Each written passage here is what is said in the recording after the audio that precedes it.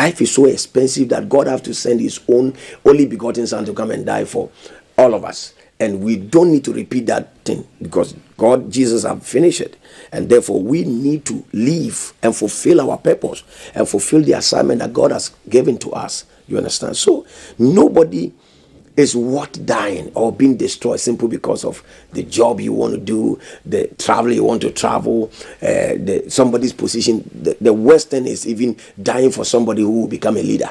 And after you die, the person become a leader over other people, and you are not even recognized, especially in African setup and things like that. So life is so important that if you will live a very developed life, you will need peace. And that's the reason why countries spend a lot of money to manage peace. If I tell you how much money the world spend in management of peace, pastors, Christians, everybody, including yourself, how much you spend to manage peace is what life is, more than every other aspect of your life. In your day-to-day, what does your role mean? What kind of duties does it bestow on you? It's a lot. As a pastor, as a leader of a thriving church of about 32 branches, being a president of a Bible school, this, that, a lot of things. Sometimes I don't know when I sleep and when I wake up. But what does being you an eminent peace ambassador mean in terms of the duties you perform? It means that, we create awareness on every issue that disturbs humanity, human development, and human advancement. And therefore, we are always on a search. We advise government and institutions on certain things that are happening. I represent the United Nations, and therefore, everything that is happening that is not part of the UN Charter that will destroy human development and countries, nations, and things is my job. I need to speak. I need to talk about it. I need to correct data day to day, receiving information from all over the country and managing conflict and all those kind of things. I sit in different kind of conflict management in this country and other places, companies, individuals, and things. So on my daily life is all about making sure that there is peace somewhere. What's the biggest threat to our peace these days? Unemployment. Unemployment is one of the biggest threats to our peace in this nation. Every nation that have had an uprising and all those civil wars and all those things, link into unemployment, human satisfaction. When people do not have basic needs, essential needs, when that is denied from people because they don't have jobs, they don't have money to take care of themselves, they tend to, look for all the means to survive, because human beings must survive. And the UN SDG goals gives us the right for everybody to have those basic needs and things. And when you are denied, you need to survive, you need to live.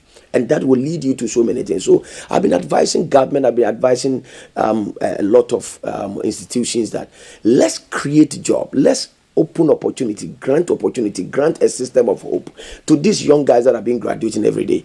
We keep on advocating that people should go to school. Everybody should go to school and have certificate and learn and study and come out to be somebody. Now you have the certificate, you come out, you don't know where to take it to. So you see, somebody have studied chartered accountant and yet is working in a agriculture. Somebody came to my office to look for administration work. I look at his certificate, he did agric. And I said, how can you do agric? You are looking for administration. He said, I can do it. Agric and administration, they are connected. I said, my friend, So unemployment is a great security threat to our nation. Do you travel? Do you go around communities and do you engage people to pick their thoughts on situations that they find themselves in? Yeah. And I wonder if you have any of those stories to share about a challenging situation that you have encountered, which because of your work as the UN Eminent Peace Ambassador, you've been able to help them to overcome. A lot. I can talk about many people's life that have been changed practically, especially doing one of our outreach at the Eastern region at Owusu. We met a couple of people that are amputated, and things like that, that do not have wheelchairs, that do not have any, and this woman have 4 children without a husband and things like that. And the children, the boys, they are all boys, and they will go to steal people's food stuff and things like that. I need to intervene in those things. And then they arrested the boy, put the boys in prisons and things like that. But when I got in, I realized, no, it's job. So we need to create something for these guys and things. All the 4 guys are in school now as I'm talking to you, and the other one is even in school and also working at the same time. So I think there are many other cases. When Nungwa, there was a conflict in Nungwa just last year, about some youth and things like that. I was involved practically, sitting with the Nungwa Manche, dealing with all those kind of things. There are a lot of them, I can't even bring them up. Some of them are very diplomatic and things like that. So we have been part of many people's life. And Ashaman, during the last time brutality that happened in Ashaman and things like that, the media talks about all those things, but the people's life aftermath, nobody was talking for them. What have you done in Ashaiman? We have to organize people, organize food, or you've done it already? We have done it. Okay. We have done. We give some people some money and things like that, and also help other people and to be streamlined and things like that. Some people didn't even have money to go to hospital and things, and yet we are talking about their legal actions and things. So we have to help. Yeah. You were talking about government introducing a system so that it pays its workers by hour and not the monthly salaries that a lot of government workers are on. Yeah. Why would you suggest something like that? If the government is, not able to create more jobs, because in Africa, our system is so choked that it doesn't allow the private sector to really increase in job creation and things like that, which we are supposed to do. Now we are not doing it. Private sectors keep on losing their establishment and systems and every day. If that is the case, and the government, everybody want to work in the government, why should we employ somebody for 40 years, 50 years? You come to work 9 to 5 work every day. Then we need to also open up. This have slowed production and development in the country. People go to work, they will just be joking and sitting down there the whole day, simply because he will come back tomorrow. Go to all the government institutions and you will see that there's no speed, there is no smartness, there's no movement of things. You use a common letter that's supposed to be written in just an hour or 30 minutes will take you 2 weeks or 3 weeks before it is done. Meanwhile, there are a lot of hundreds of people walking in the street without job. So I was advising the government that if we are not creating new jobs, if there is no money to create new jobs, the same job that we have, we can make it in such a way that people come. You work 2 hours, according to how long you work, you are paid. You can as well go to another place. Somebody will also have a job to do. And that will help a lot of people to have work. You understand? And who did you put that suggestion to? Oh, I put it in Parliament. I send our listen to. What was the response, or what has been the response since you started that engagement? I was called for further deliberations on that, and I'm waiting for by the Parliament Secretariat. Yeah. Okay. So we are waiting for the next move, how it will it will be. SDGs, you're also very big on that. Yeah. From all indications, we are not going to be able to meet some of those targets that we set for ourselves in sanitation, in poverty reduction, in making sure that, girls are in school and education is improved. We are very behind on many of the targets. Right. As UN Eminent Peace Ambassador, what role do you play in ensuring that these things happen? Because when we talk about peace, a lot of it is linked to the SDGs. The access to things that people do not have. If someone doesn't have enough food, water, food. There's a food issue, there's all, it's a lot. So what do you do to ensure, or what have you done to ensure that these SDGs are something that we are mounting pressure on, or we are improving, quickening steps? Like I said, my job is to create awareness and to promote all these things to our citizens and government and all those things. So I have been very hard on promoting the establishment and then the development of the SDGs in our country. And I've been very strong on many of the issues, raising conferences, speaking to authorities and things like that, meeting people that matter on those if we are able to, bring to pass these things. In fact, the SDGs, I think that it was set for Africans because we are far behind those things and things like that. So I think that if everybody get involved, everyone understand that this is what we have to do for all of us, because it's not just for a few individuals, and it's not just for the political elite or something. It's for the people in the street. But the conversations have gone on for years.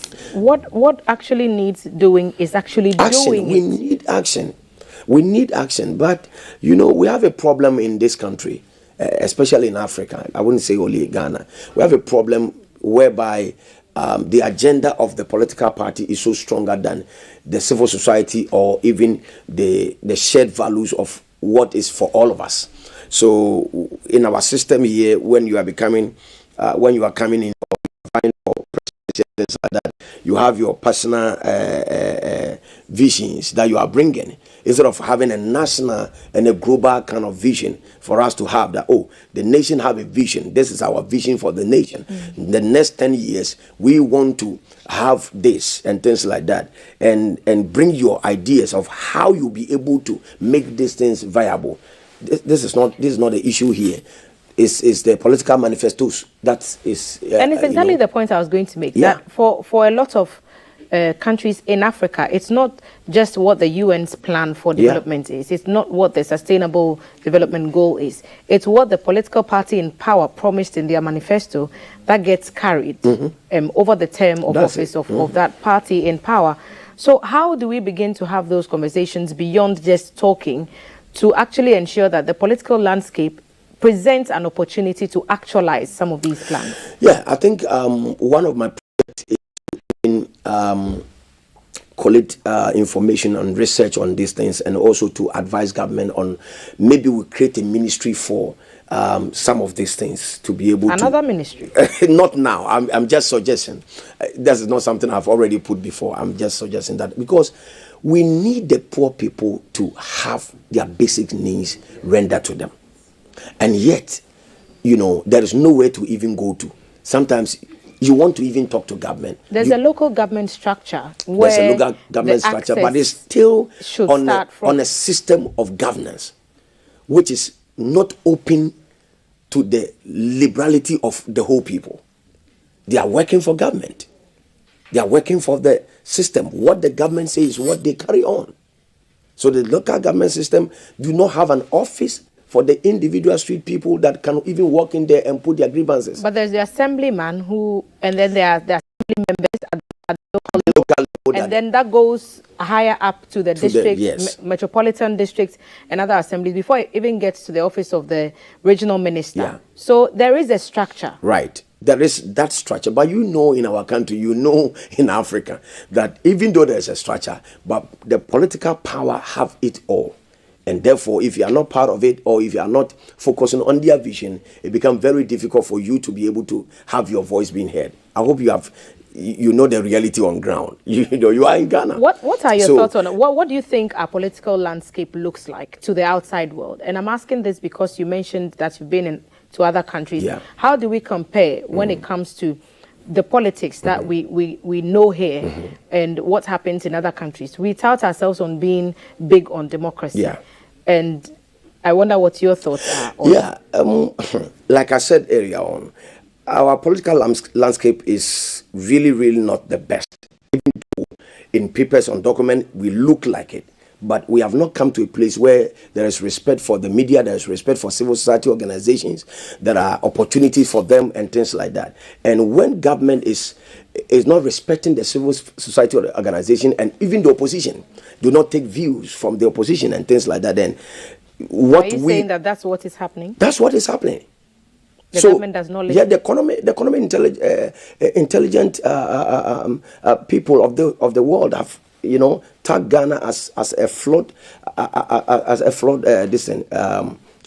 political landscape. You understand? We are not opened. It's just a one-way system. As compared to what country? As compared to many countries like America, like those people we are trying to, like UK. That have the benefits of a 200 plus years of independence. They have it, and we are learning politics from them. If we are learning from them, we need to also have a national vision.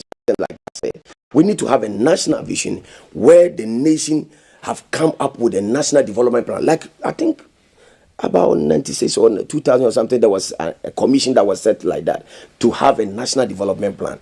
If we have there is a national development plan, and where there is an organization that is put in charge. That is the commission. There was a commission set up for that. We need to have the national development plan, and that should be the landmark for the political parties, not your personal vision that you want to bring. You understand what I'm saying? And then we need to also, Ghana have really improved when it comes to politics, especially our political openness and things like that. But we need to come to a place where civil societies are involved in decision makings. When the journalists, the religious leaders, we talk, but it doesn't go anywhere. We talk. Look at the size of government in this country. So big. We have talk and talk and talk. Nobody want to listen. But who are you talking to? You talk to government. Who else will you talk to? You won't talk to. You won't talk perhaps to. It's the channel of communication, because the channel must flow from end to end, so that what you put in, there's a high chance of it coming out on the other side. Right. So which channel are you using to make some of these? We use all channels made available onto us as a peace advocate and an awareness personality. We have to use all channels, including writing letters, using the media, speaking on social media, mobilizing people, speaking in conferences, inviting people to come. And last year I hosted the World Tolerance Day, where the US ambassador to Ghana was invited to speak in our conference. I invited certain key holders that are so much involved in some of these things. Some of them that are in power, they not even attend. We had all the opposition parties, we have all the, but the government didn't come. Sometimes it's difficult to reach out. You write letters, you are not even called. I remember during COVID time, there were some Ghanaians that were in China that were going through a lot of things. They reached out to me. I wrote to Parliament. I never received even a reply. I have to go there myself. You understand? So we need to open up to receive the civil society, to receive the other organizations, people that will put the government in check, people that will make the government balance. Are you hearing what I'm saying? If there are no accountability, if there are no balance of the system, everybody will just pursue his own agenda. And by the end of the day, I'll take your final comments on what you've been doing, what more to expect from your office as UN Eminent Peace Ambassador, and then we rise. Thank you. We've been working so hard, and this year we are going to do a lot of things. Speaking to authorities, like I said, we will continue to advocate for people's freedom when it comes to job creation and employment of the youth, because it's a very tough security problem for the nation and all the rest of the people. We also speak for women and then the children that are coming in this country. The respect and honor to the dignity of woman is not there, and it's our project to also speak. And I just returned from the United Nations Water Conference, and I discovered that, oh wow, when I came in, I saw my brother Kafui talking about Galamsey, and that's what I presented to the conference. It was one of the biggest conference in 50 years ever, and I was there last week, and I told the UN that they should help us, because this Galamsey is destroying our water bodies. We are not creating water systems. We are not creating developmental system that will even maintain water for the next 50 years, and yet we are destroying the bodies and then the natural one that God has given to us. So where do we go from here? You go to Asia, you go to other countries, they have been able to create other resources and other sources of water, that to the extent that if there is if for 10 years no rain and all the rivers are dry and the sea is gone, they will be able to provide water for the next 10 years or 20 years. Where we are, we don't know we don't have any system of managing water and managing the water that God is giving to us and things like that. So there are a lot to talk about. We will also ask for you people your permission and your opportunity to also help us to address many of the issues that are concern our people. Thank you for the opportunity. That's why platforms like this are offered, and I appreciate the fact that you accept. Thank you. To be on the show, and we wish you well in your you. endeavors. We've been talking to Ambassador Dr. Samuel Ben Owusu, the UN Eminent Peace Ambassador, on all things peace. This is Breakfast live on GTV. Birthday shouts, massive ones going out to our lovely twins, Akwele and Akoko from Twinnies. Listen, we love you. We're expecting to see you sometime this week. It's also Passion Week. So as you go about your week, remember that we are getting ready to celebrate Easter at the end of the weekend. So, yeah, know how to comport yourselves as you go. And then we will all get out on the other side. We are sitting down also to have other conversations around art and comedy, still on this one breakfast show after the break.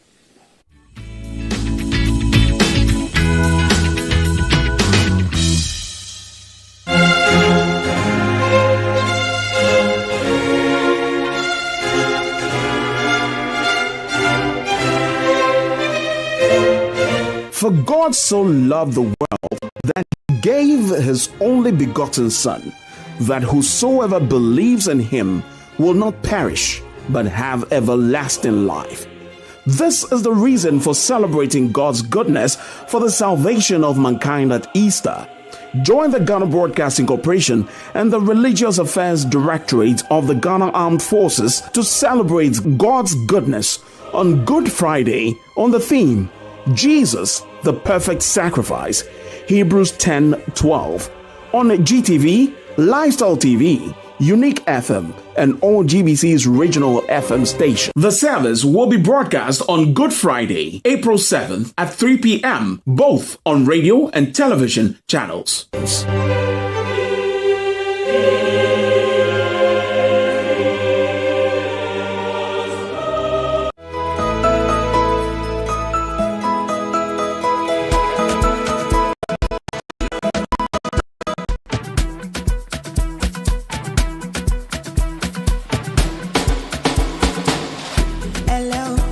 Everybody for you. I did your shake bello. What is up on bello? Deliver like I get bello. Them say I did go sell. Them say I did go sell. Destined me to fortuna. I go make you Joe Dada. Share you get the power.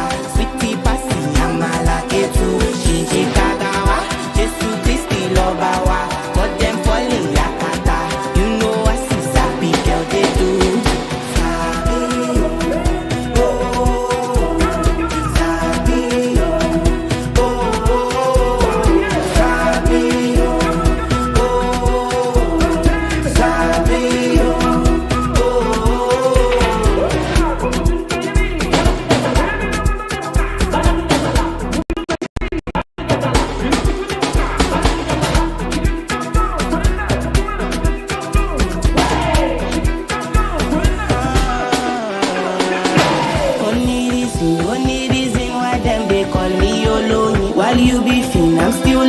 Kill anything, I know fitness. You know go fit in my shoes. High fashion Jimmy choose. Wanna sip some gin and